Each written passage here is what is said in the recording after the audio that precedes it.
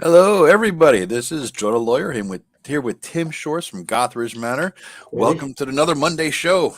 All right. Monday. Monday. Yeah, it Mondays is. usually are suck days, but because you're all with us, it's no longer a suck day. I know. I gotta admit, boy, today was tough. I mean, it was almost like one of those days where I'm just like, I don't know. I don't know if I got it into me even to be fake social on here. Fake social? Yeah, fake social. Yes, At work or here on the show? but yeah, both. Both, Yeah, yeah. both. Yeah. Chasing the Mondays, it sounds like. Yeah. Yeah. Well, let's not fake it. Let's just be real. Fuck you, Let's be man. Fuck real. you. No. And there goes demonetization. There we go. You won't get your 13 cents now. Nah, damn it all. So, Damn it. son Damn of it. I a have to bitch. get a couple more cans and collect them and return them then to make up the difference, I guess. There you go. Yeah. So welcome everybody to the show. How many do we have watching? A whopping 2. I'm We got assuming you're 2. watching your channel. I'm watching my channel. So hello, my I'm audience not members. watching any channels. Oh, so we actually have a good. legit person. Oh, up Yeah, to 4. Up got to 4. Thraxis. There we go. Holy shit balls. All right. Well, Thraxis is here. Hey fellas. Yep. How you doing, buddy? Yeah. How you doing? Yeah. All right. Oh, that's funny. When you typed him, it comes out as if I did it. That's so funny. Oh, that's right. It's shown both of us. So it looks Yeah. like both of us do it. I don't know. Yeah. That's why I usually have yours open, so I can, and so it doesn't get mixed up like that. Yeah, I don't know why it does type that. it in there. I know. Yeah, that's the other thing. It's all this stuff's a learning process. Hey, speaking of learning, did you get to see how we took over Eric's channel on Friday? Did you get to see that video? I did not. Oh yeah, I guess I saw it for half a second, but I saw Mhm. Rob going into the beginning of a diatribe, and I Yeah. bailed right away. I just like, I can't do right now. I can't start off that way. Yeah, you can't be Conleyed right off the bat. You got to work your way No, up to a full I fist gotta. Conley. Yeah. Absolutely, yeah. Can't just jump in with no Vaseline. No. Nope. I need a little foreplay before. Little lube, maybe in a burger. Shit. It would help.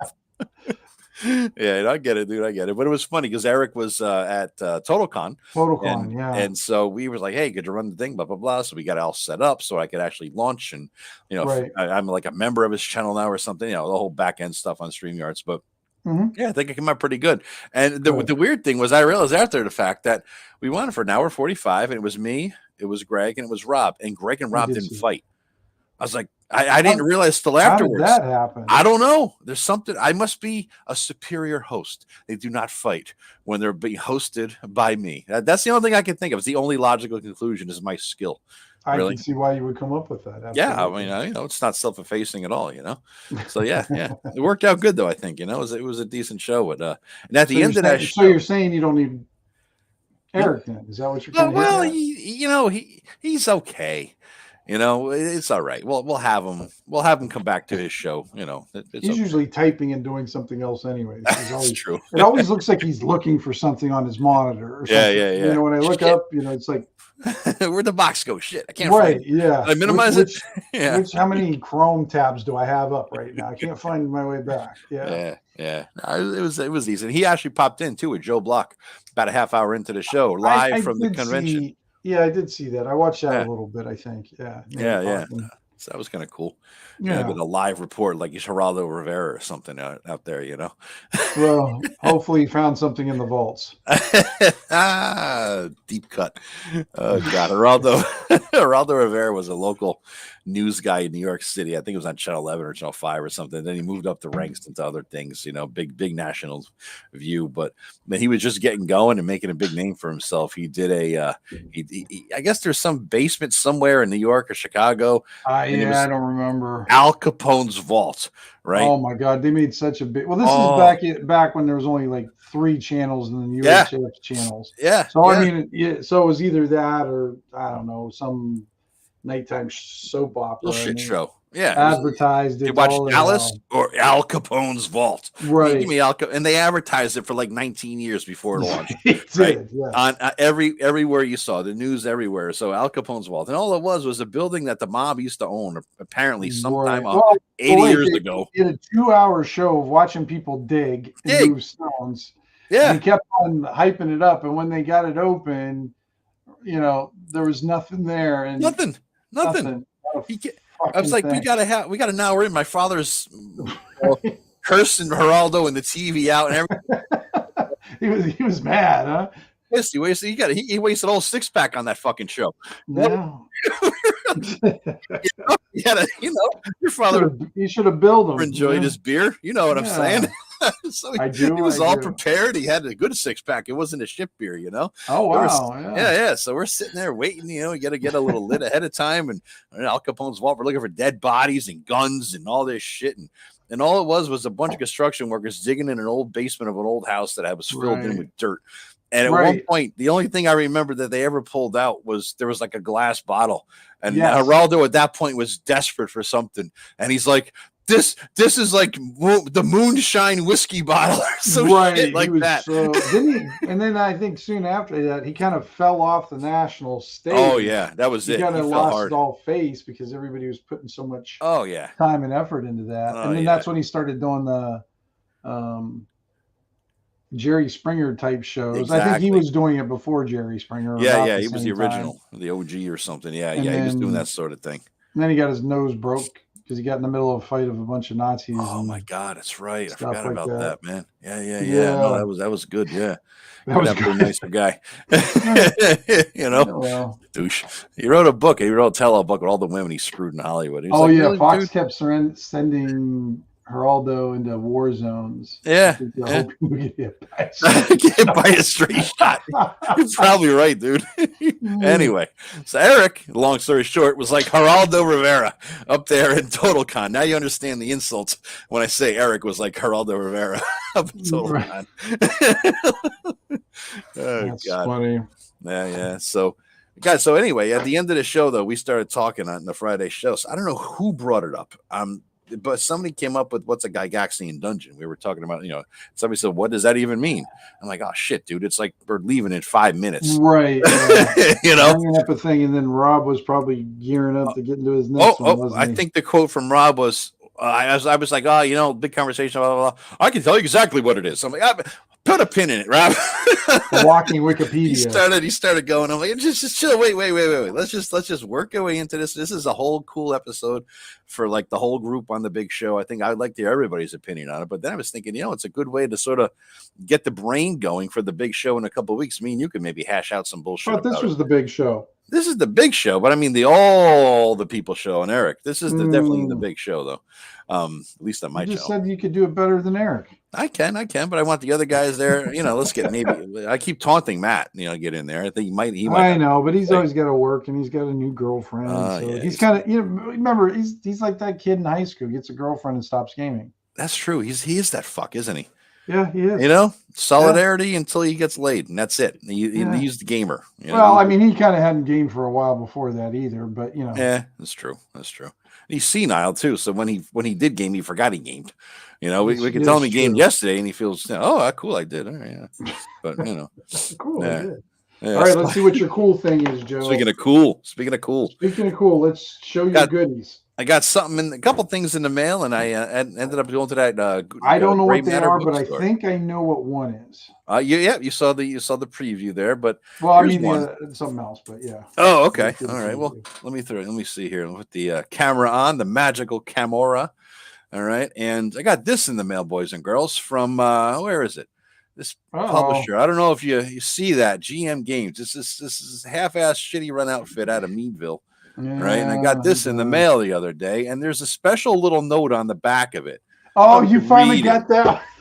It says, you got that like 3 weeks ago, and you're finally getting around to opening it. I did. I've been holding it for the show, and I keep forgetting to do it. It says, I bent your corner on purpose. Take that. So the fine publishers at GM Games, not only they fuck your shit over, but they taunt you about fucking your shit over.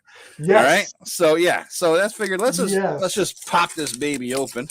All right. Let's see what we got in here. Let's see what we got.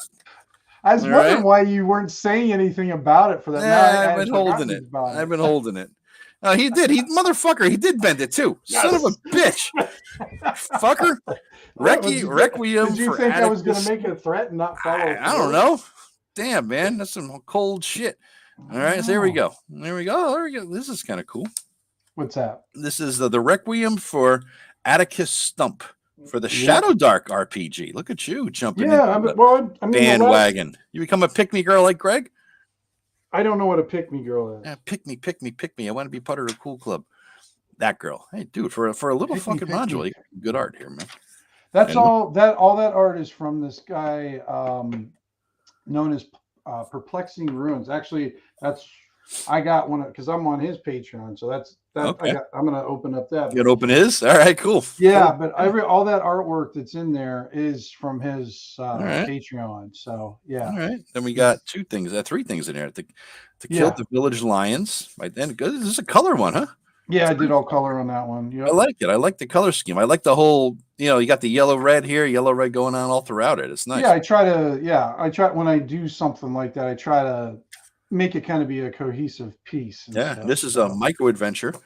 And the other thing is, it's a different micro event, different size micro adventure, but 107 and 108. So not all micro adventures are created equally sized. And not all of them are bent either. Yeah, not all. Just the ones I send to Joe. Just mine. Yeah. And then we have another NPC card. Yes. All right. So we have a good. I like the Jasmine, and she's in that other adventure. Okay. But as you can see, I had to hand write the 43 because I screwed up when I printed them all out. I had 42. Is that what happened? Yeah. Oh shit. Yeah. So I defective. You sent me a bent and defective packet of information. Everybody got the defective Jasmine. Yeah. All right. Yeah, well, everybody got that one. That's sexist, calling Jasmine defective. Just saying there, man. Yeah, that's all right. Yeah. All right. So that's one thing I got. And I'll save you a long story. Oh, actually, got two of these. Gary's Appendix 3 and 4 came. Appendix, yeah. All right. So here we go. Jeff Jones' stuff. I have those, I think, in PDF. I didn't get those in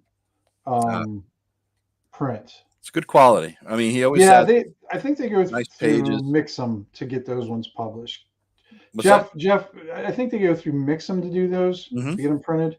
Okay. Mix'em usually does a pretty good job. They were having a bit of a bad spot where they were sending out like bad copies, but I think that's gotten fixed now. All right, that's cool. Now the other thing I got just on Sunday. Long story short, I went through cell phone change, upgrade, renew hell for 3 fucking hours. Ended up in New Haven, Connecticut. Failed there at the Apple Store. Next thing you know, I'm like, well, I'm going to justify this whole goddamn trip. So I went to Gray Matter Books down there. Gray Matter. We went there.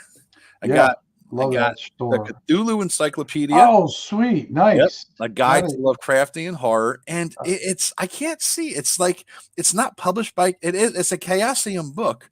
Right? I see that, yeah. And but it's like there's nothing gamey about it. I know, but flip it back over, Joe. Read the no, I mean on the cover. See what it says? It says Call of Cthulhu Fiction on the bottom left-hand corner. Call of Cthulhu Fiction. Yeah. A Chaosium book, Call of Cthulhu Fiction. Yeah, so it's just a fiction thing, but they probably feature a monster in every story or something. Well, no, it's not fiction, dude. It's actually encyclopedia.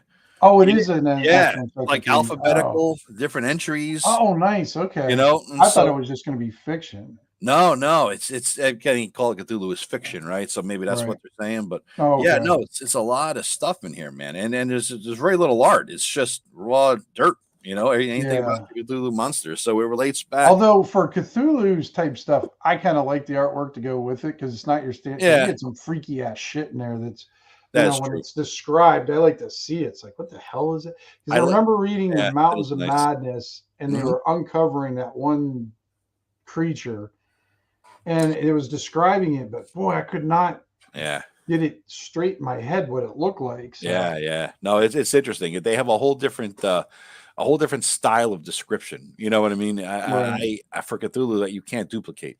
Everybody tries to go back to Lovecraftian lingo, but nobody could really copy it well, I think. Yeah. And so it's a fail. And so that's why you need a picture, They got a couple other books, a Michael Moorcock book. Not a Cthulhu, not a Elric or Eternal Champion, just London Bone. I think it harkens back to that book London that he wrote. Yeah. So I just like. Well, you know what? I almost like Michael Moorcock's books outside the Elric stuff. Yeah. Well, yeah, because Elric. I mean, I liked Elric, but I didn't like it as that much. Yeah. I mean, it was good, but I liked some of his other stuff better. Yeah. I like I have the whole one they put out in it was the late 80s, early 90s. They put out so many 15 editions. volumes, and it was all Eternal Champion series. That was a pretty good one, I think. Oh, was it? Yeah, it was good. I read them all a couple times through. One other thing is, it's just, it caught my eye, and I'm like, you know what? Why not? The Logic of Fantasy.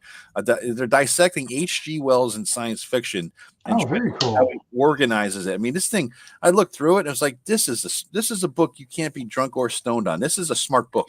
Well, how are you ever going to read it then? I don't know.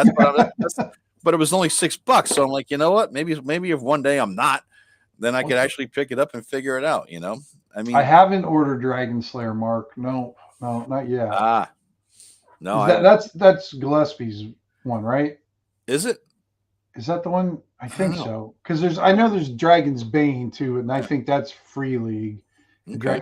But I think Mark's talking about that. And guys, since we've got like 11 people, 12 people that are fluctuate, if you comment tonight and everything like that, I'll send that envelope that I sent Joe. I'll send out to anybody, or somebody will make a randomly pick that one out. Pick a winner out. So if you comment, we'll put you in the drawing, and then we'll roll a die or do something, and then do that. So just comment so we know you're there, so we can get you in there. And you'll just need to email me where you want it to go, and I'll send it anywhere. If you're in Spain, I'll send it there. If you're in England, I'll send it there. If you're in Chicago, I'll send it there. So it's not limited to just U.S. things. So anywhere in the world, I'll ship it. So just comment. We'll put you in the drawing, and then we'll draw it a little later on. I will. Please, whoever wins it, put up some name and address that's like some back corner of Uganda. So Tim has to figure out how to fuck to send something there. Some weird ass country. Well, the funny thing is really it's almost like there's a U.S. rate, there's a Canadian rate, and then there's a rest of the world rate. Oh, okay. A few exceptions. So the other thing too, I just want to see some random dude in Uganda get this shit in the mail and say, "What the hell is this?" Yeah, I've never sent anything. I think I've sent my Patreon stuffs went to I think about 20 different countries. Something like that. 20 different ones. That's cool. Yeah. It's around the world. Last thing I got, guys. The Tolkien Illustrated Encyclopedia. Yeah, you went encyclopedia crazy. That's cool though. I like encyclopedia stuff like that. Yeah, that's the art, the pictures. Oh wow. Yeah, that looks nice. It's good quality shit. Oh, I like the creepy little spider. Yeah. I mean, even if I just like use the book, I don't have a PDF, obviously. It's just a book, but just taking a picture of this freaking art with my camera and just using it as a descriptor. You know what I mean? It looks like that. I mean, look at this. This is evocative as hell. It's just good stuff. So I'm glad I got this. Who the hell is that? I don't know. It's blurry. There. Men of Hildorian. Yeah. It's just neat. So I was kind of happy with that. So it justified my waste of time trip to New Haven. That was not a waste of time. This is definitely not a waste of time. Yeah, that was great. No, man, New Haven, I could spend a whole freaking day there just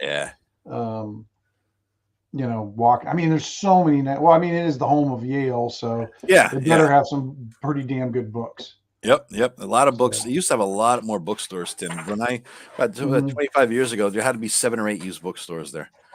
And they were in nooks and crannies and all that. It was but now they're just sort of like spread around, and there's only a couple, and So I'll open up here. Open up with my antique little letter opener. I don't know if you can see that. Very cool. It's got a little. I go to antique stores and sometimes I pick these things up. This one has like a dragon crawling up it. I think it's a dragon. It looks like one. I'm calling it one. It might be an earthworm for all I know. We can't see shit.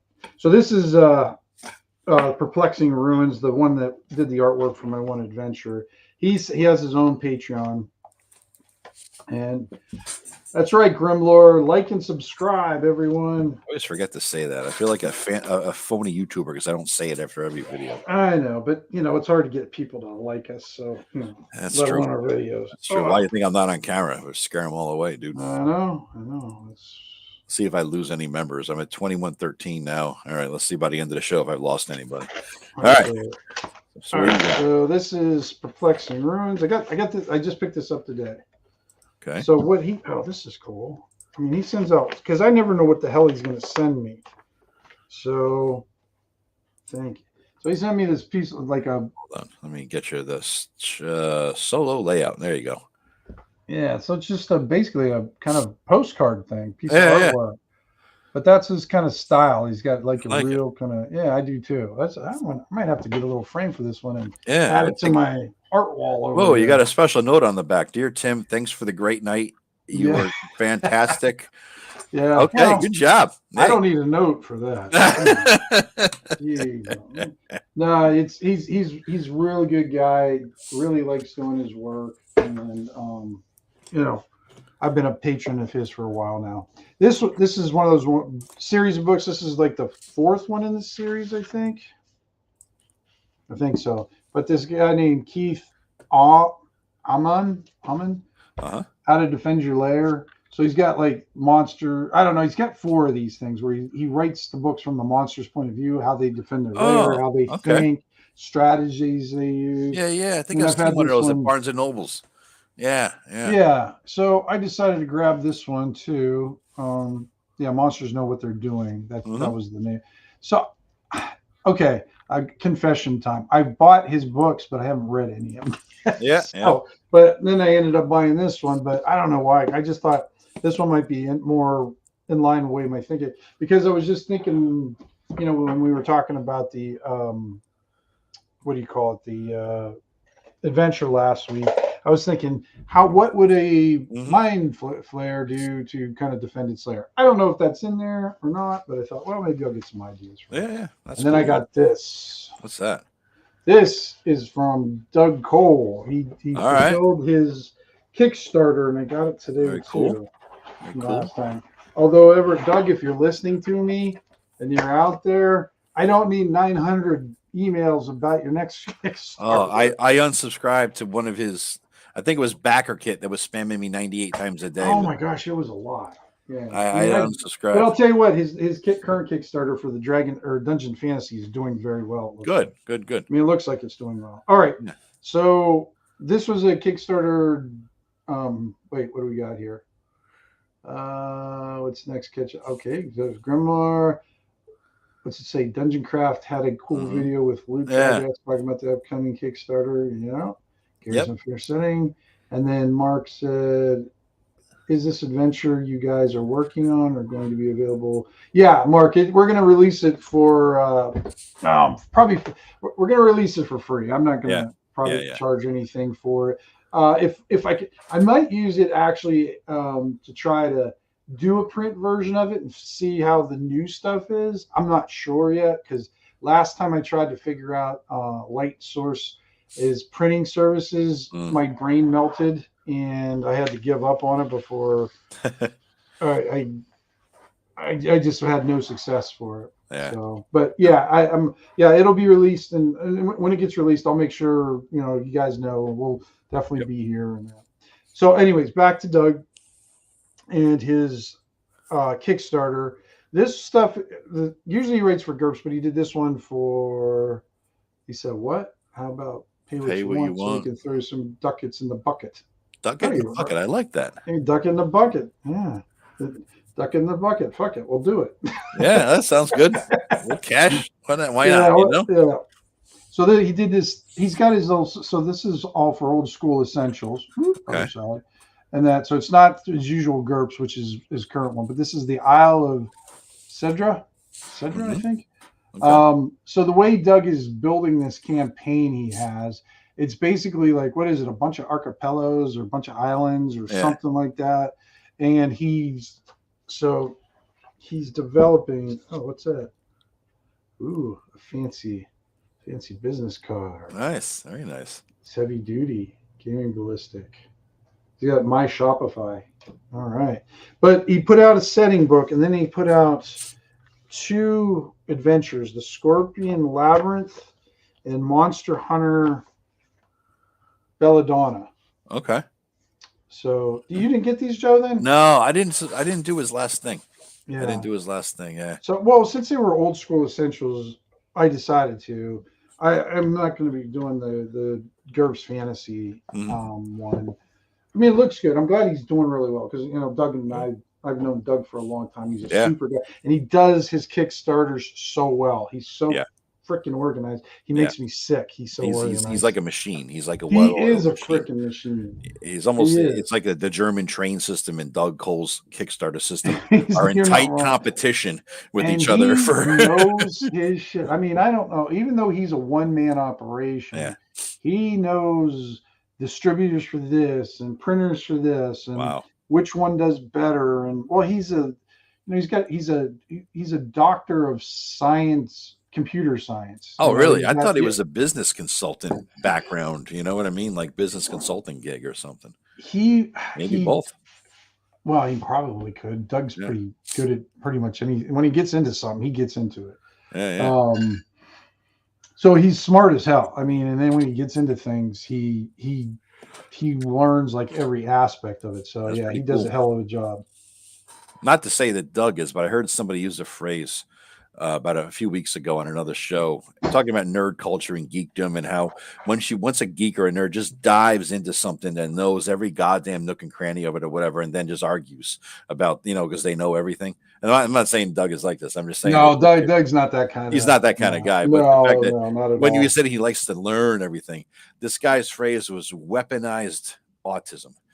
It's like when you like knowledge yourself up. You know what I mean? And you figure all of it out, all the ins and outs, and then you just autistically attack. Okay. you know what I'm saying? That, I know exactly what you're saying, because the other day when I went to the gaming store that's about an hour away from me, there was a guy and a girl sitting at a table, and they were gaming around there. Mainly it's a Magic the Gathering / Warhammer place, but I think some of them were role playing. But the guy was just like telling her, explaining everything to her, and just I just remember it's like, oh god, this is why I don't like coming to gaming stores. It's just like I got all these know-it-alls here, and it's just like, oh my god, it's okay to have a different opinion or something, because she wanted to try.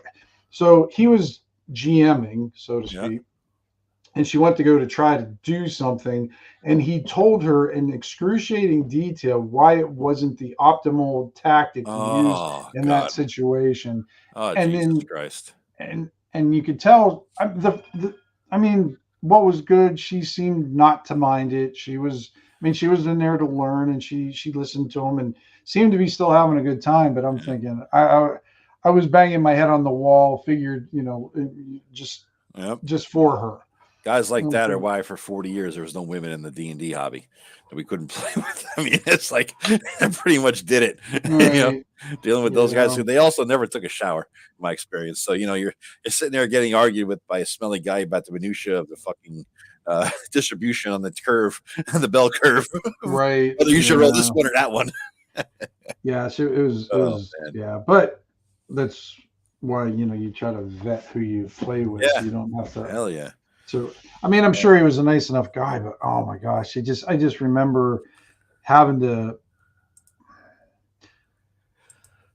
get abrupt with them, and they don't deal with someone telling them that's great, but we got to move on, and plus this is the way I'm going to rule it. I mean, just that, like, what do you call it? Weaponize autism and me just don't get along very well. No, they annoy the shit out of you after a while. They do. Like, you're done. Can't do it. And the thing is even if you kind of explain to them, like, we're going to move on from this or that, they won't let it go. No, no, not going to happen. And it's like, okay, guys, I'm going to say some bad words. So, shut the fuck up. We heard you. We heard your piece. Now we got to move on. But you're not agreeing with me though. Right. Yeah. So, all right. But that was, so I had a pretty good week with getting stuff. Actually, most of that came today. Nice. And then I also got another one called the Short GM Prep or something like that by oh gosh, I can't remember his name. I'll have to bring it up next time. It's like it's on Amazon. That's it's that David Kelly or Kelly David. He does like a lot of the random encounter books that you find on Amazon. He's got quite a few of them, but he wrote this other little book about no prep game mastering. That's what it's called. No prep game mastering. The name is familiar. Yeah. You probably, if you're looking for books on Amazon, like gaming books, it usually pops up pretty frequently. Okay. So speaking of random tables, that leads us into our main topic of the evening. What is a Gygaxian adventure? What makes it? Like I said, I don't know where it came up, but somebody asked a question in the chat, I believe, in our conversation. Right. We were talking about Gygaxian adventure style, and somebody asked the question, and we are like, well, that's interesting. Let's try to figure it out. And I thought, let's maybe dive into it a little bit tonight.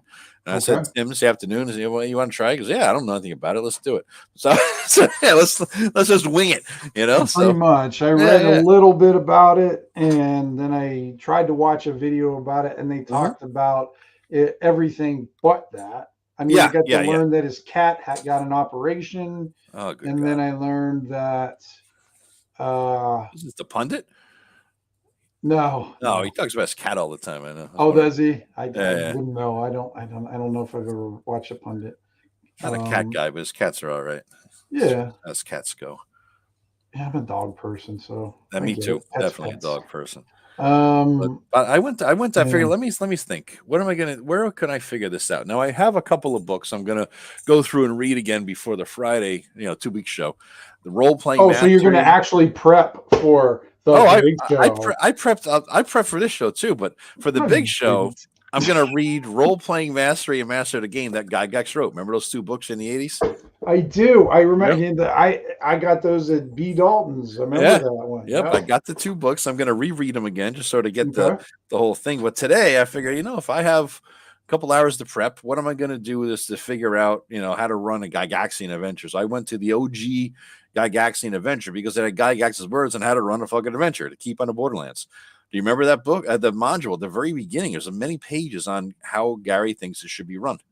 Right. Like he has a lot of good points here that he was talking about. Is that what they mean though by Gygaxian though? Like just his modules, or is it the philosophy? Because the little bit I gathered about, and what it sounded like, at least from the bit, that people they use it not as a compliment at all. It sounds like an insult to me. Yeah, nowadays it is. You think? Yeah. But the thing is the people that were kind of using it as an insult don't really understand what it exactly. They don't understand. They're newer gamers, or just maybe 4th edition, 5th edition on, but really don't have any historical. What do you want to call it? The background. Nuances, the background, to know what that meant. It's because they bitch about, you know what I'm tired of is people bitching about S1, about how it's just a killer dungeon. It's like, no shit, it's a tournament dungeon. It's meant to be a tournament and see how far you go. It's not to be, you're not supposed to throw your precious 13th level character in there. Yeah. Especially you're gonna die. It's just one of those. And what that taught me back in the day is not. This game isn't meant to be won. Yes. This game is meant to be survived. And I learned that real early. Well, at least I thought that real. I don't know if I learned it, but the thought came because when you're playing all those other games, it was always how can you win? How can you win? Monopoly. And I knew this was and that was the first. That was the first product I ever bought. D&D product was 204. Okay. So I've kind of sharpened my gaming edge on like some pretty hard steel there. Yeah. No, that makes sense. It's not meant to be won. It's meant to be survived. I think that explains your entire DMing philosophy. It does. It really. I mean, that's so that's a good starting point. I mean, and I'm looking through the module here. There was he did talk about that in terms of you want to be fair, but let the dice roll where the dice roll. Basically, that's it. Every time you and I played, I always rolled all my dice out in front of you guys. Yep. Because I didn't want any fudging to happen. I wanted you to know, my favorite thing is when I let you guys roll your own damage when it happens to you, just so you can kill yourselves, which I do enjoy. Oh yeah, that's always evil and fun. Yeah, I'm reading this paragraph here, and definitely encourage. I like having a player roll the damage for another player. That way, it's even worse because then you hate them. I haven't done that. I haven't done that one. That's fun. Yeah. Well, so usually I'm the one rolling damage because I hit somebody else by accident. True. So I kind of am doing it. True. That is true. Yeah, because I don't know how many people I've killed by trying to save them. Here's a quote he put in Keep on the Borderlands. As a judge, moderator, or referee, the DM must constantly deal with the players. Oh, well, let me get my glasses on. Fuck font. Fuck this old small font. All right. Must constantly deal with the players. Just as the referee of a sporting event, the DM must be fair. He or she cannot be out to get the players. Like he or she. Look at the inclusiveness. Nor should he or she be on their side all the time. The DM must be neutral, and neutral is in bold.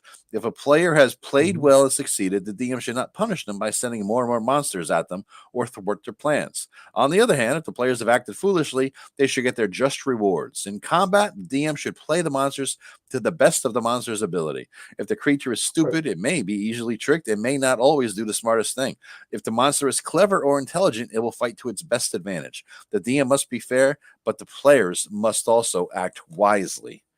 Yeah. So that pretty much sums it up, you know. Yeah, I mean, I think for me that's the best way to run a game. Yeah. And I think another concept that he really talks about here is, I think it goes back to Elric, like we were talking about before. This law and chaos, this battle, this constant fight against law and chaos, and it wasn't a good evil thing as is played today in D&D. Law and chaos were forces of primal nature. He used good and evil as synonyms, but they weren't, right? And it's shown here. I'll read you a little bit about the whole concept of the law and chaos and all that, because I think this one paragraph explains a lot of his mentality. Let's see. Oops, sorry, let me pull back a page. This is what happens when you're doing here, right? So let's see.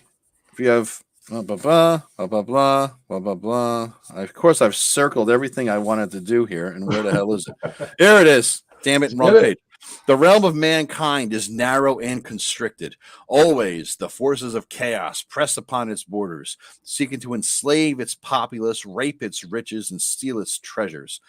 If it were not for a stout few, many in the realm would be indeed fall prey to the evil which surrounds them. So he's calling chaos evil, but it's not evil as we know it, good and evil, right? Right. Chaos is a force of destruction against law, which is order and society and people living together, right? Right. And he says, yet there are always certain exceptional and brave members of humanity, as well as similar individuals among its allies, dwarves, elves, and halflings, who rise above the common level and join battle to stave off the darkness which would otherwise overwhelm the land. Bold adventurers from the realm set off for the borderlands to seek their fortune. Seek their fortune, not destroy evil. That's a byproduct of seeking fame and fortune. Right. All right. If these exceptional individuals who, provided they survive the challenges, carry the battle to the enemy, it is these exceptional individuals. Such adventurers meet the forces of chaos in a testing ground where only the fittest will return to tell the tale. Here, these exceptional individuals will become skilled in their calling, be it fighter, magic user, cleric, or thief. They'll be trained. They will be tried in the fire of combat. Those who return hardened and more fit. True, some few who do not survive the process will turn from law and good and serve the masters of chaos, but most will remain faithful and ready to fight evil wherever it threatens to infect the realm. So that is a stylistic thing. It's not save the good princess. It's not be a paladin, classic knight, vanquishing evil across the land. It's not like that. It's like you're a member of a horde and you're gaining in power. On one side of the horde is chaos, and the other side is your people, law, right? And the goal is to gain in power so that it adds to the power of the horde. But the motivation to do so is fame and fortune. Right? Well, yeah, because remember that you got more experience points for money in that version of the game than you did for killing things. Absolutely. So, and I like that aspect of it because it motivates a style of play. Which I think that kind of changed with AD&D. Got more Heroic. Yeah. I did a search one time, and I had a word searchable DM guide in Monster Man and PHP for first edition, and I looked for the word hero, any derivation of hero, heroism, heroic, hero, anything, right? Right. I wanted to see if they ever talked about the band of heroes out to stop evil, right? You're not a hero. The word never appeared. The word hero, nor any other word related to hero, ever appeared except as a title for a fighter. I was going to say, except for title of a fighter. That's it. Yeah. That was it. Was that a 4th level fighter or something like that? 5th level? I forget. Yeah. It was like, oh, I am now a hero. You know, it's like, okay, buddy. So then you become a superhero, I think. Yeah. God. Yeah, so that was it. It's a whole different style. And that comes, I think, back to the books. Number one, Elric, obviously, with chaos and order, right? That was a different Elric thing. And I think the whole adventurers going out for fame and fortune and glory. I mean, you look at, from in my eyes, two main sources of that sort of thing. It all comes down from the pulp days, right? It's Conan, I think, and it's also Fafhrd and the Grey Mouser, right? That your classical sword and sorcery style adventure. You know, Fafhrd and Grey Mouser, to get fame and fortune one day, they're broke ass poor, don't have anywhere to live the next day. Exactly. Right? And, Conan, too. Conan, same thing. Steal the gem, get it stolen by the witch you just screwed in her tent, and then you got to go steal another gem. Yeah, throw her in the fire. That's it, you know? So, you know, so it's a whole different thing. You know, it's a whole different thing when you look at it in those terms. You're looking for glory, fame, and fortune. It's about the ego. It's about you. It's not about the common good of human. You know what I'm saying? It's like the common good of humanity is just a byproduct from you going out there like a sociopath and like letting your ego go full on, you know, full rampant. Right. You know what I mean? That's a style of adventure that he writes, and that goes back to a philosophy. You're saying what comes first, the philosophy or the adventure? I think so. That's what makes it a Gygaxian adventure, then. I think these are aspects of it, right? I mean, I don't know that anybody could define exactly, but it's like that old quote from the Supreme Court Justice about pornography. I don't know what it is, but I can't define it, but I know it when I see it. You know, which begs the question: how much have you seen, Your Honor? You know, exactly. So I mean, you know, I think that's it. You just find these different little aspects of it, and you throw it all together and say that just smells like Gygax, right? It just. Well, that's a weird way to say it, but you know what I'm saying, you know? Yeah. Mark's bringing up a thing about his PC motivation back in the day with treasure and XP. Newer mindset is specific character motivation to what can be a complex backstory. However, these overdeveloped backstories can be hindering. Yeah. Oh, yeah, they can be. I mean, the thing is that's the way the game 5th edition is sort of presented. It encourages that kind of play, which nothing wrong with it. It absolutely isn't. And, you know, I've enjoyed the 5e game here and there and whatnot. But I do much more enjoy a grittier, non-heroic game. I like it. I like it a game where I feel like every time I go out on the street, that might be my last, you know, time I step out on the street. Yeah. I like it when there's or there's some sort of challenge. Maybe it's not like I'll suffer some sort of death, but you know, like gold is a big motivation. Well, maybe I'll get pickpocketed, or maybe the city of guard will just kind of harass me and bust your ball. Yeah, because like the what ended up happening just one time that kind of really messed me up is like I had my loot back in like the inn. Of course, that's always the safest place to keep. You always want to try to keep all your. Oh, I'm carrying my treasure with me. It's like you know, 10,000 gold pieces, and then like when you're taking it up to your room, everybody's watching you go ching, ching, ching. Yep. Hearing the rattle. Well, the city guards kicked me out of the city while I was in the city, you know, and so I couldn't go back and get my money. Get your shit. Yeah, the city guards are there looting it all. That's why. And then the way they played it is you couldn't get the XP unless you spent it.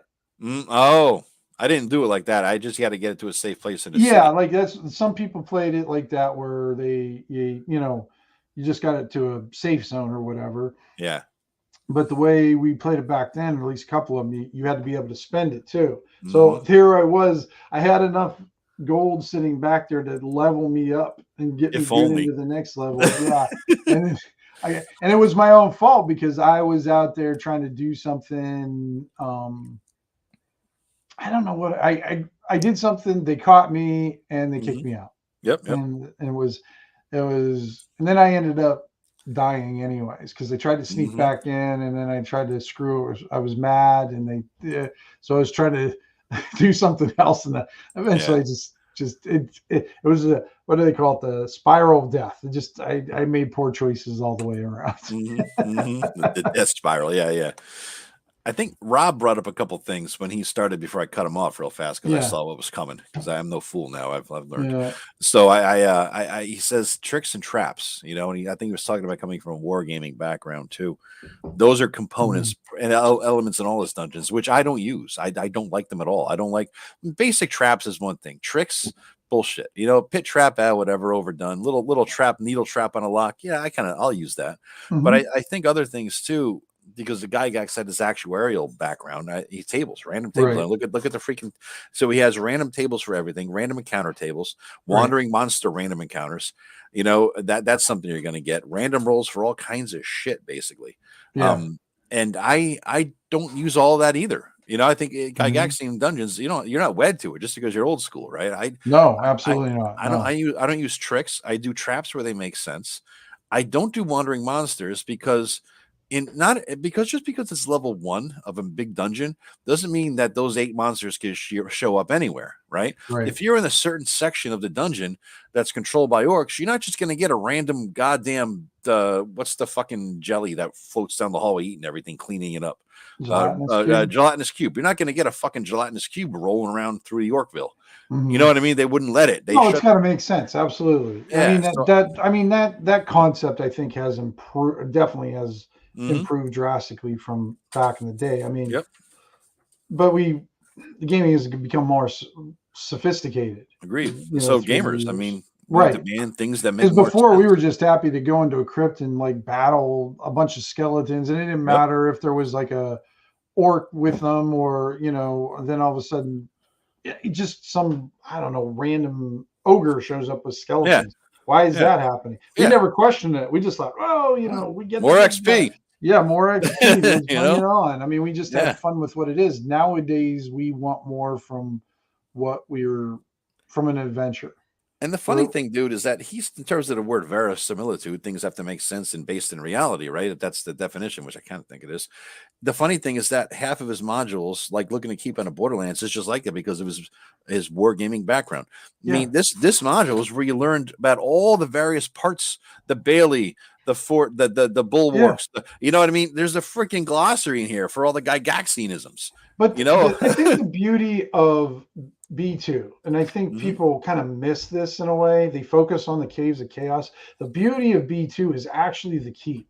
Yeah. And what's going on in the keep and the interactions that you can have in that keep. I think the keep holds a lot more.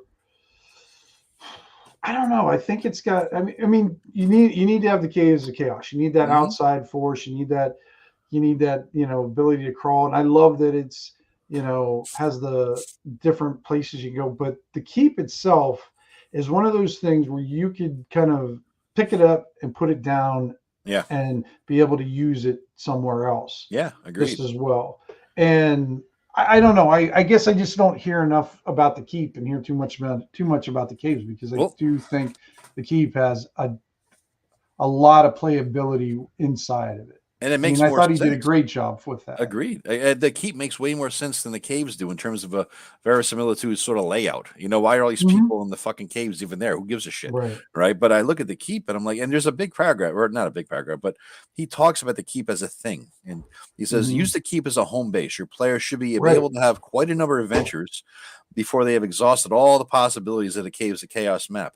Assuming that they have played well, their characters will certainly have advanced a level or two when the last of the darkness falls before their onslaught. While the players will have advanced in their understanding and ability, you will likewise have taken great strides and skill as a DM. Now, then he gets into you will probably start adding more maps and areas to the region around it, right? He uses this as a basis, and he goes on to say, the keep is a microcosm, a world in miniature. Within its walls, your players will find what is basically a small village with a social order and will meet antagonists of a sort. Outside lies the way to the caves of chaos where monsters abound.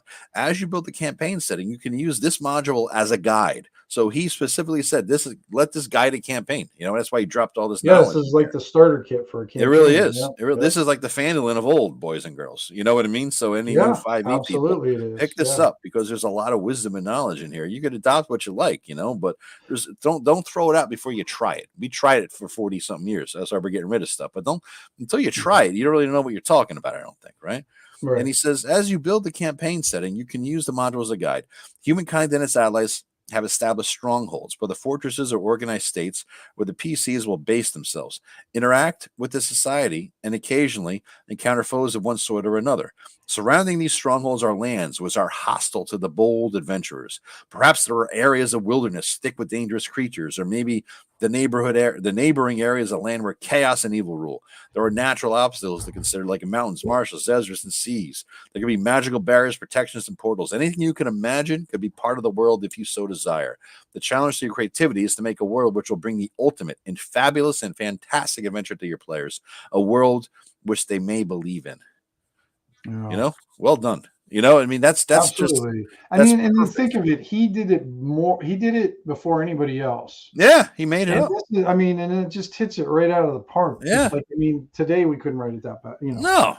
That's a great fucking paragraph. I put little brackets around it because it's I don't know what the big deal is these days, where it seems like bashing Gary seems to be in trend and stuff. I don't get it either. I think it might be the whole age and they keep on trying to compare it today. They're using today's I don't know what you want to call it, stuff to compare it back then. It's like, dude, you wouldn't even have this conversation if it wasn't for him. So shut up. And the way I'm considered, all these people who call themselves game designers, if you are doing a game that's based on D&D in some way, you're not a fucking game designer. You're a house rule adapter. Your house rules are your game systems, and that's all they fucking are. From OSC to Shadow Dark to DCC, and to one extent or another, all you're doing is you're souping up a car, right? You're not the engineer who designed the car.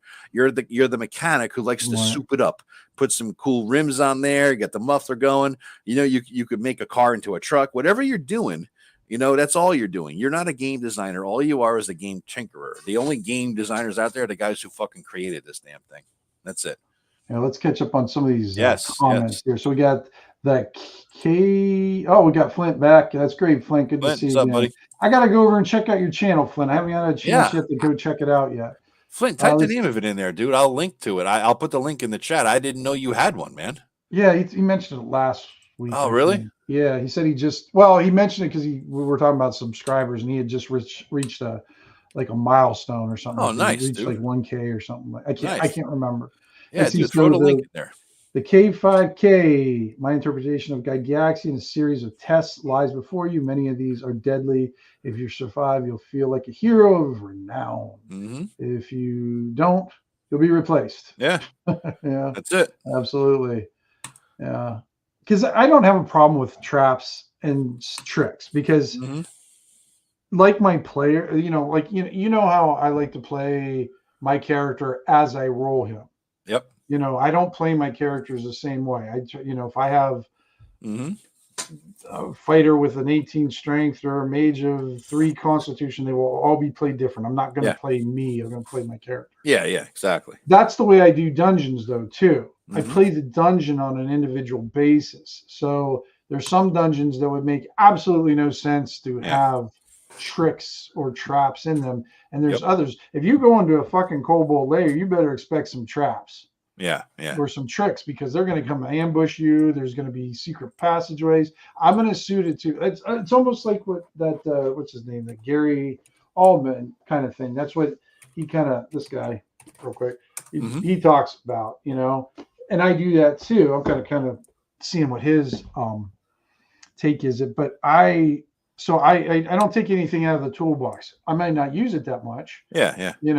But I definitely don't. Just like a lot of people get butt hurt about rock grubs. And they suck. Rock grubs are just. I'm gonna make beautiful creature to and you don't have to overdo it, because how many rock grubs did I have to throw at you to terrify you? Enough. Just enough. Yeah, one. That's One. all it took. You had one bug on you, and you freaked out the entire campaign. And never campaigned since then. I did campaign since then, but I just made sure that that's somebody out else. About him. Yeah, so you scream like a little girl. Yeah, it was rock rubs, man. I'm gonna put that in my evil DM tricks. Just add rock rubs, lather, rinse, and repeat. That's all. But I did it in a way that it made sense. You it on a body, and I'm not going to just have them hanging out just to on there's no reason why one would be like in the glove of some armor, unless the only way I would do that is if there was like someone's like dead hand was still in the glove of an armor, and it was gnawing on there or something like that. I don't know. That's what, when I think of grubs, I literally think of grubs kind of thing. Well, yeah, you had it on a dead body, which I was searching. All of a sudden, save against rock rubs. That's when I learned the beauty of red shirts to now search every single body ever. Yeah. So that's it. That's it. And then Mark Genre Mixer says monster ecology in dungeons has greatly improved. It has definitely has. There's like it almost to the point where I almost say almost to a point where I think it's too much sometimes. I know you like to know where do the orcs poop in the woods kind of thing, but I still do enjoy kind of like the fun dungeon where it's got maybe a little mix of things, and maybe it doesn't make too much sense. I don't mind those every once in a while because once you're in an, I don't know, let's say a troll lair and use the ecology of it, it starts becoming rote in a way.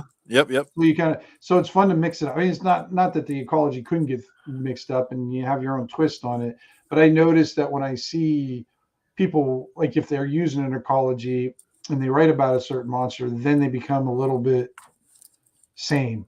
Yeah. That makes sense. So that's what. Let's see, Flint. Here we go. You could have plenty of absolutely in the keep. Yep. Made index cards of the keep, so characters. You know what really got me in the keep of Borderlands was the opening encounter. Wasn't there like 4 halflings trying to get in, or something like that? I don't remember actually. I don't remember. I want to say there was like 4 halflings that were trying to get into the keep or something, and I just thought it was so cool because it had really nothing to do with the adventure, and I'm thinking automatically I just want to get involved with the halflings. Well, what's interesting, dude, is what he says here. And somebody mentioned background before. All right. So he says basically become familiar with the module, make whatever additions, changes, or amendments you feel are appropriate for your campaign. In other words, your goals. Once you are satisfied, in other words, you don't have to run this as written, which many of the modules today, our adventures today do. Just like, here's your fucking railroad, go play, right? He says once you're satisfied, gather the players together, have them create their characters. It'll take some time, so at first, don't plan on getting much actual adventuring done unless there's a lot of time available. After each person has rolled the numbers for his or her characteristics, interesting. First time I've ever seen it called characteristics. So you would roll your characters after you got to the keep? No, you roll your characters once you get to the table. Once you get to the, you know what I mean? Selected your race, chosen profession, found out how much money you have. You should introduce them to this setting by reading the background section, which I love. There's always like, half a page background. Here's what's going on. Like, it's all in 3 font. So there's 9,000 words. The glasses are on again. So, yep. So here's the thing too. He says, after you have outlined the circumstances, allow your players to begin interacting with their characters. Give them time to wander around the keep, learning what is there, finding the limits of their freedom, and meeting the other inhabitants of the place. They may quickly establish their base in a traveler's inn, purchase their equipment. All right. And all this preliminary play, just as what will come afterwards, demands that the players assume the personalities that they will have throughout the length of the campaign, barring the unforeseen. You, however, have a far greater challenge and obligation. He talks about how we have to play everybody, all the, from village idiot to sage. Me want to grab my, So it's just excellent because he's like, okay, you got your characters. Most DMs now, it's like, okay, you're at an inn. A man walks in, help save my sister. She was taking my orcs, right? Some lame ass shit. Right. He starts with a pure sandbox. You know what you're going to be doing. You're going to be going to the orc caves eventually, but he's not going to force you there. He says, okay, you got your PCs, you got Elmo, Bill, and Boff. Now go talk to each other. right? Go talk to other characters and other NPCs. Talk to the other characters in your group. Learn about each other. Take on the personality. So he dives right into the role play and the immersion. There you go. Nice. Nice. Yeah. It's just great advice. I mean, I didn't start with this. I got this module as an adult, only not too many years ago, right? And okay. This wasn't mine. I got when I started, it wasn't BX, it was Beckme, and I got the Palace of the Silver Princess. All right. That is a suck module.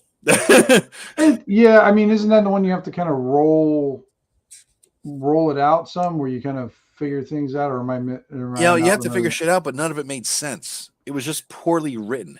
Is it the one with all the sex stuff in it too? Because it tells you how much I paid attention to it. Yeah, there was like a picture that had a band in one module they had to take out because there was some kind of naked chick sacrifice, I think. But it was the orange version and the green version or something. But it was like a lot of portals that made no sense. Right. The story behind it made no sense. It was just poorly written. I don't believe they. No, who's talking about return? I got the Return of the Borderlands too. Oh, okay, nice. The Keep of the Borderlands. Nice. I never got that. Well, I might have it, but I accidentally got this one because I bought a bulk. Mm-hmm. I think it was a bulk thing of gaming stuff. Okay. And I only saw a few things on the top. Yeah. And this was on the bottom of it or something like that. Uh-huh. I'm like, oh, cool. Because they came out with that series of 25-year anniversary, silver anniversary. Yeah. Of some things. Okay. Yeah, the B series is interesting because then you go into the Palace. The one I'm thinking of is B1, I think. Okay. Not Palace of the Silver Princess. Yeah. Then I have B9, Castle Caldwell and Beyond. Mm. And then I couldn't find all the other ones, and I didn't feel like buying a whole shitload of overpriced. So I went and got the one. Oh, nice! You got the compilation one. Yeah. 1 through 9 on. Very nice. It's an okay printing of it. This is drive through. I can tell it's definitely lightning source because you know why I know it's lightning source because they suck. Well, they suck in the middle. See how fucking tight it is in the middle? Yeah. But look at how much space there is on the edge. Yeah, it's ridiculous. It's like, come on, lightning source. Yeah. Come on. I hate when they do that. It's like I'm sitting there doing like this if I was playing or whatever, trying to getting it fixed up. Yeah. It's yeah. B3, you're right. The 5K, the K5K, you're right. It was a terrible start. It was a disappointing. Save the realm, get the princess back, and the story made no sense. You couldn't figure it out. If anybody finished it, they lucked in, or the DM was just merciful because it made no sense. And B2 was sandboxing. The other thing that changed, besides the monster ecology aspect of it, was the maps. Right? I mean, if you look at, and I have a visual aid here, the mapping style. Let's see. All right, so we have this is T1 through 4 temple. Oh, right?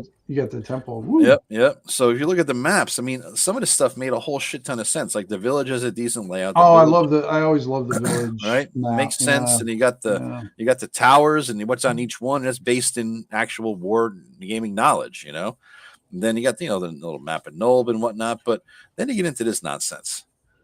What lunatic, whatever designed something like that. Oh, Joe, here you come. Makes no sense. But it doesn't make any sense, right? I know it doesn't make any sense, but it's like a science fiction movie or time travel. If you poke at it, then it falls apart. You can do that with anything. But the thing is, because think of it, Joe. Back then, graph paper was like gold. So if you started using it, you filled that fucker up. Yeah. But I mean, it didn't need to make sense. And you're bringing today's sensibilities to a time, and we were just trying to make it cool. I know. Why? Why is that here? I don't know. I don't know. I got no way because he needed a little poop chamber. I would put the shitter in there. I know you would. And you compare that, so we're talking about Gygax's style, right? Gygax's style changed as he went, right? Because I'm going to show you another example now. I'm putting this away, this probably falling apart book, and bringing this out. What do you got there? Oh, Castle Zagging Upperworks, right? That's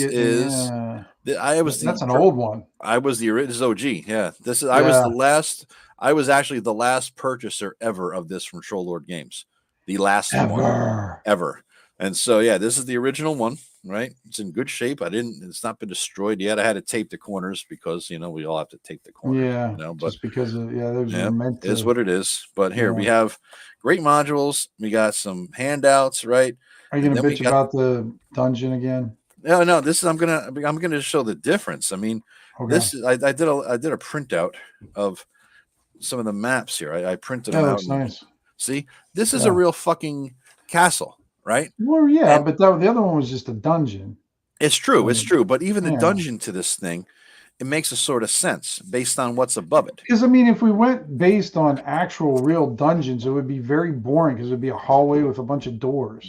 I know. You have to or spice just it a up pit a in the little wall. Yeah, you can't just have. I mean, that's not very exciting. Yeah. But that at least, I mean, I get it doesn't make any sense, but I'm willing to go for the ride. I'm suspending disbelief and I'm ready to go. Let's go adventure. Yep. Let's do some stuff. I'll buy into it. Yeah, I'll because it's fun. You're with your buddies. You have a few beers. Who gives a shit, right? It doesn't make any sense. But this is he talks about here the mouths of madness instead of the caves of madness. It's called the mouths of madness over here, right? So it's a ripoff of it. And it's underneath the castle, various entrances to different things, but it makes a lot more sense as to who's what and where. Right, all these things make more sense, and these rooms here make sense as to how to access them. Oh, this is the storage thing is below the kitchen. That that kind of logic, Yeah, but you have a philosophy based in that one too. You did, you actually did, yeah.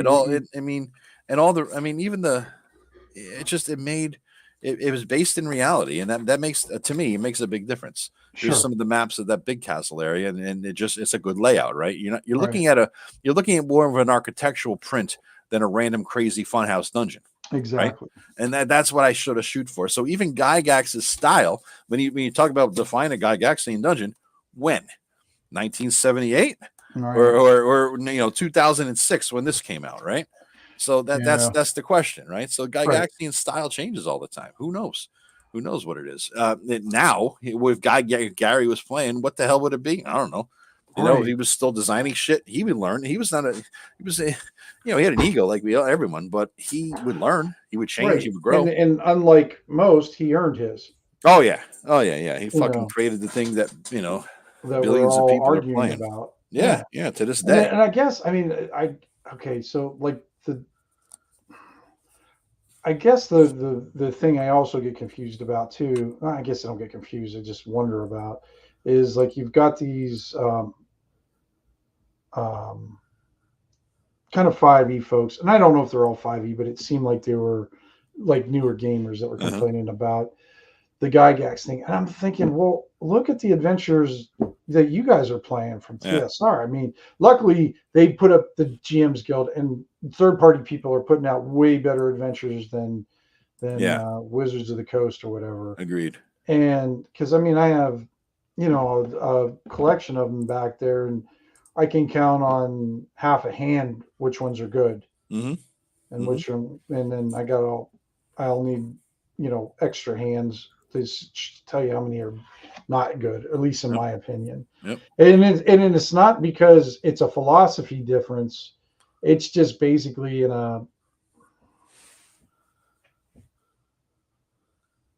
they don't make sense, or they make you do things just because. There's no reason to do this otherwise, or just because otherwise it's just in the adventure to do it.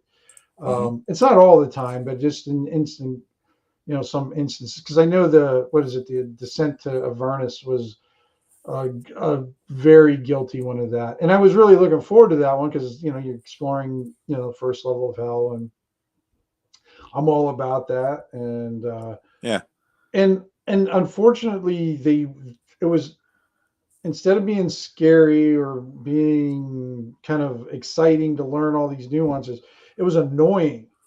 It was I couldn't understand like some of the choices that they made. That is like, was there no adventure design? Instead of worrying about what word you're choosing for an orc or savage, write a good fucking adventure.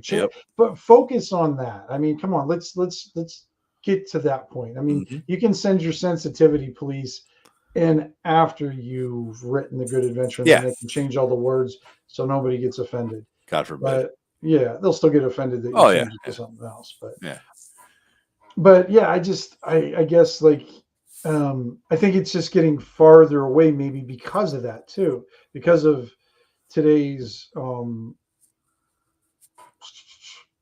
just constant evolving. You can say this, you can't say that. Yeah, politically correct sensibilities and whatnot. And I think that, I mean, when you're thinking about that, how are you going to write a good thing? Because if you're always thinking about it's like how can you write anything good if you're always worried about, oh, should I phrase it like this or should I phrase it like that? It's got to be a horrible place to be in and everything, because it doesn't matter what you do, because if you get into that world, then no matter what you do, you're fucked. Yeah, as soon as you gain any power, that whole world is about taking power from somebody and giving it to yourself. That's why half of these people make up that nonsense, just so they can, gain power. But I got off that rant. GM Grimoire, he said, I heard a wise thing a while ago. AD&D, BX, etc. was made during a time when swords and sorcery was the thing. Mm-hmm. So the hobby was influenced by the times. Whoop, I jumped. Where'd it go? Oh, there you go. Oh, there it is. Now I'm confused. Where am I at?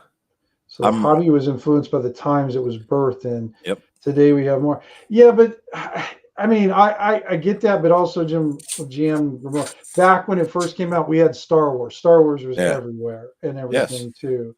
So you had that, and then like today you do have a lot of fantasy stuff. You've got The Witcher on Netflix. You got, what was it? House the Dragon. What was it? I forgot. Yep. House of the Dragon. So I don't know if that was changed as much. I mean, I definitely the tales are more sophisticated again. But I think there's two different things that I think Grimlore is hitting on here. I think I'm missing that. I think that the what you're looking at, Tim, is that what Grimlore's looking at is the movies and the TV shows. What you're looking at is the underlying perhaps source material. A lot of good things have been written, right? And Star Wars was based on the hero's journey, Joseph Campbell's hero's journey. Yes, that is completely shit on today.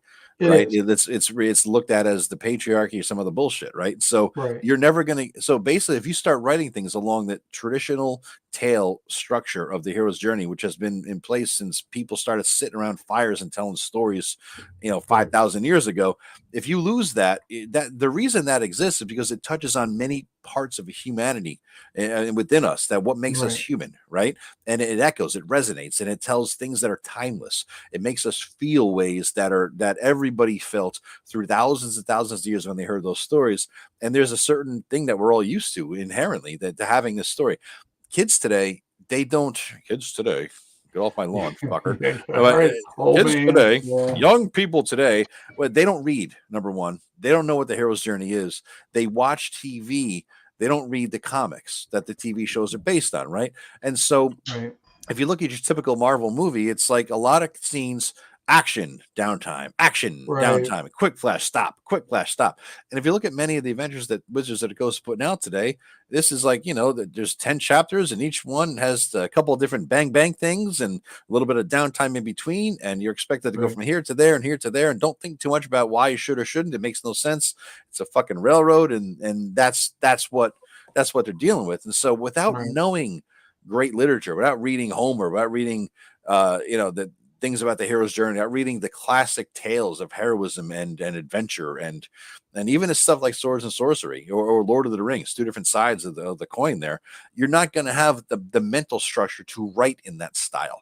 All that you have is a mental structure to write adventures in the style of things you've seen on TV, which is quick flashbang shit. I think that's the gist of it. I think where people have lost touch.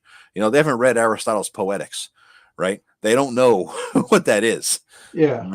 No, and GM Moore was saying, the media is different today, so it's appealing to them. And I think part of it too is like, let's just look back to the 70s, early 80s.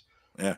How many different comic books were there? How many different fantasy novels were there? How many movies were there? It was limited though. I mean, you could read a lot of all that stuff and you could watch, because I remember fantasy movies, there wasn't a huge selection. I mean, so when like Conan came out, you know, everybody lost their freaking mind. You know, it's everybody like, wanted to be the next Conan. You got yeah. Cole, you got and Hawk the Slayer, little beast. What is it, the Beast guy? Beastmaster, yeah. Dragon Slayer, the movie, and different things. You can name all of them.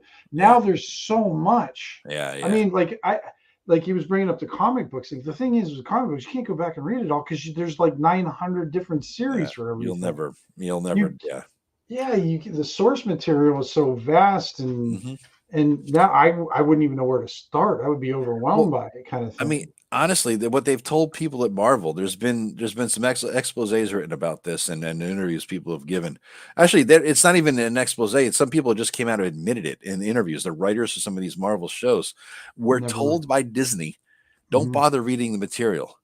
Just here are the basic elements, go write. And so you're basically writing a story based on characters who you know the name of, you know what their outfits look like, and you know some of their abilities. And here's some maybe NPCs that are prominent in their life, right? You know, Clark and Lois and Jimmy Olsen. Now go write a story with modern sensibilities based on all that. And so when you don't have the background of the thing you're writing on, no less the context of the heroic genre of writing, right? Or the swords and sorcery genre of writing, you're going to put out utter shit. And I think that applies not just to Marvel, but it applies to, you know, official Wizards of the Coast D&D writers for the most part, because they just come into it thinking, oh, I got the Did they have any left anyways? Didn't they fire all of them? I think they fired most of them. Yeah. I mean, they see the writing on the wall too. Their stuff is shit. Yeah. You know, and they're just going to move them right to the VTT. Let's get them all playing video games. And all we got to do is pump out a few fucking modules a month that are adventures or maps or whatever. I will say, and I always say, don't worry about what they're doing. Let's focus on the guys that are making good stuff. Amen. Speaking of which, guys, remember to comment so we can get you into the giveaway too. Yep. All you got to do is comment so I can get you into the drawing. You'll be getting one of my my latest collection of Patreon stuff that I put out. It's always free on my Patreon. If you're interested, go on there. It's just patreon.com/Gothridge. All the PDF, everything I put out on there is free. All right. I'm going to start writing down. I'm going to start writing down names, Tim. So we got who's commented. We got Thraxis. Yeah, we got Thraxis. We got Mark. We got the K5K Flint. GM Grimlore. And like I say, guys, I'll send it to wherever. I don't care. So who else we got? I think is that all our commenters? Flint. You got Mark, right? Yep, we got Thraxis, Mark, the K5K, GM Grimoire, Flint, and me. Hey, look, me. I see you. You want me to bend you another? There's Terry. All right. Terry. Yo. How you doing, Terry? And please, if you're there, I mean, it doesn't affect the drawing, guys. But if you can, just hit the little like button.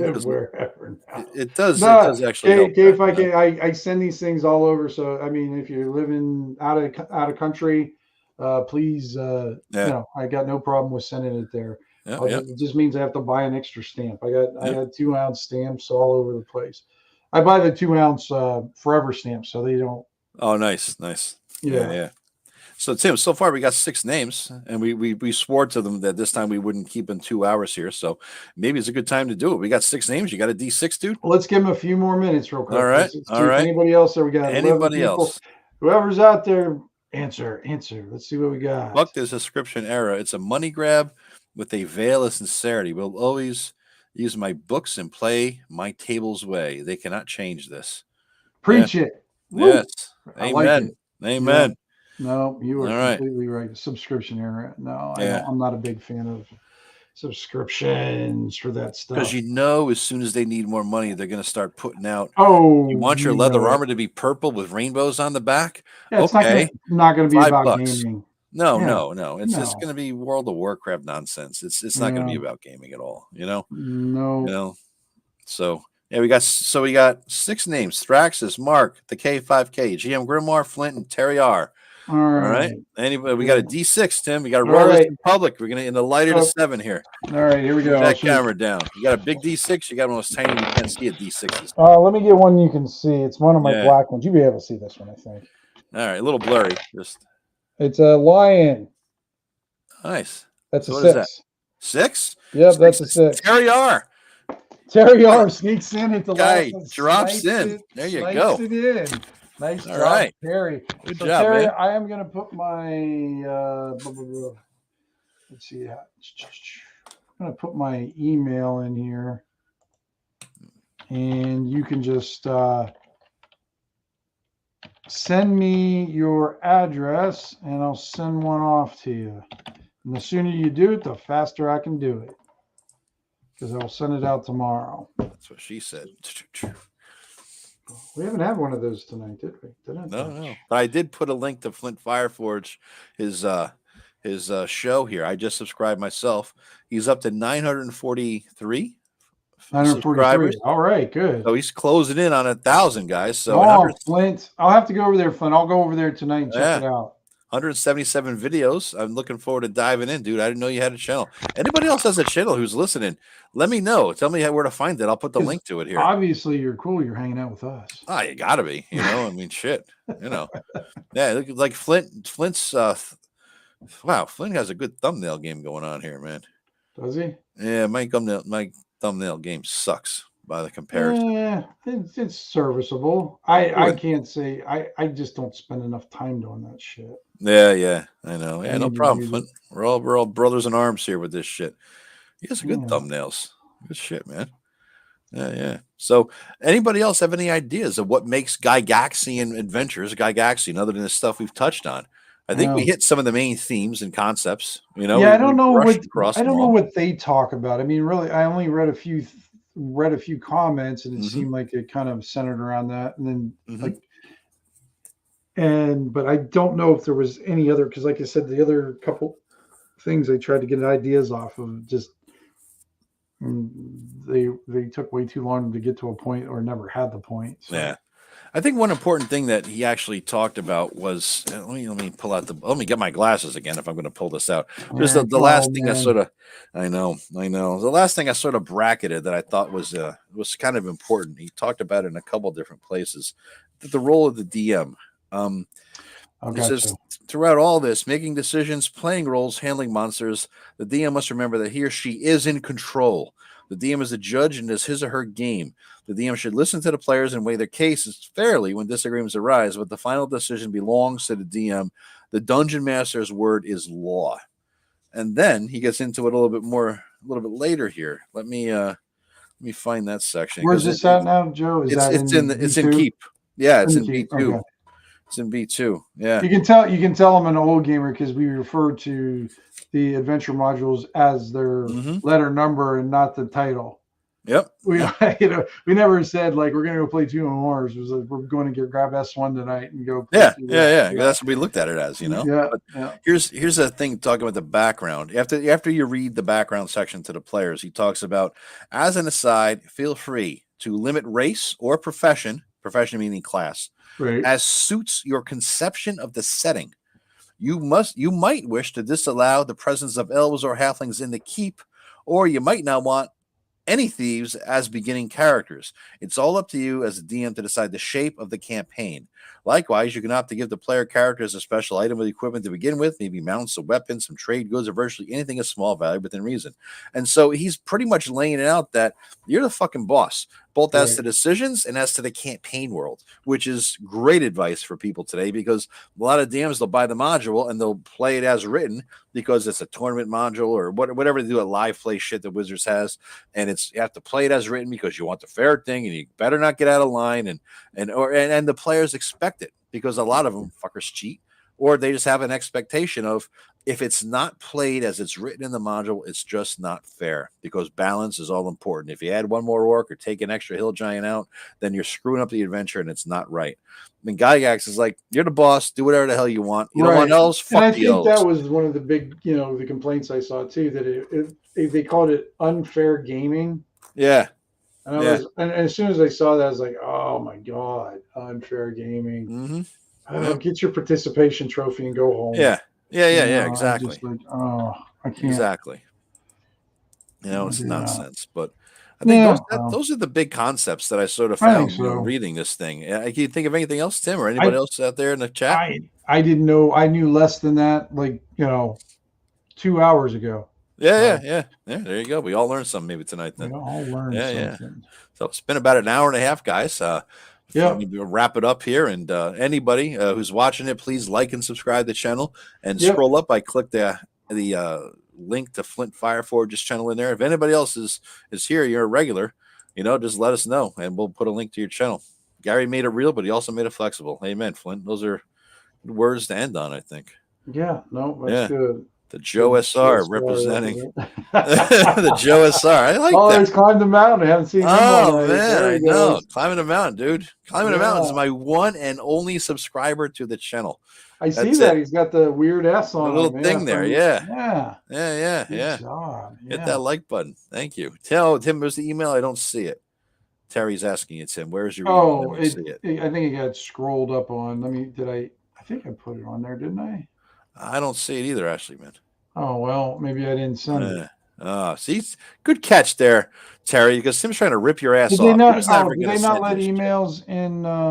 Oh, you know what you could do, Tim, is do something and then write the word at and then something and then do, dot.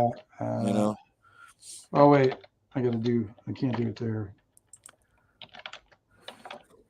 Oops.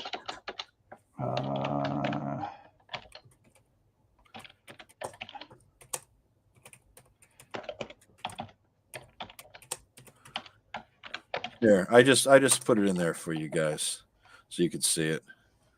What did you put in? There you go. But boy, Garth.